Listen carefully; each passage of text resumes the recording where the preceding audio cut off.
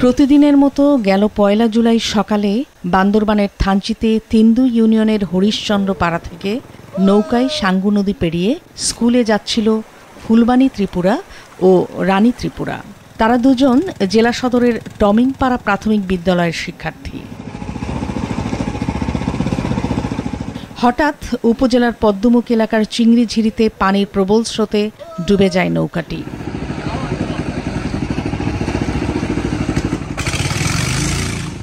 এরপর কেটে যায় ১ সপ্তাহ, খোঁজ মেলেনি দুজনের কারো এবং অবশেষে গতকাল বিকালে ক্রংখং পাড়া এলাকার সাঙ্গু নদীতে ভেসে ওঠে ৪র্থ শ্রেণীর শিক্ষার্থী শান্তি রানী ত্রিপুরার মরদেহ।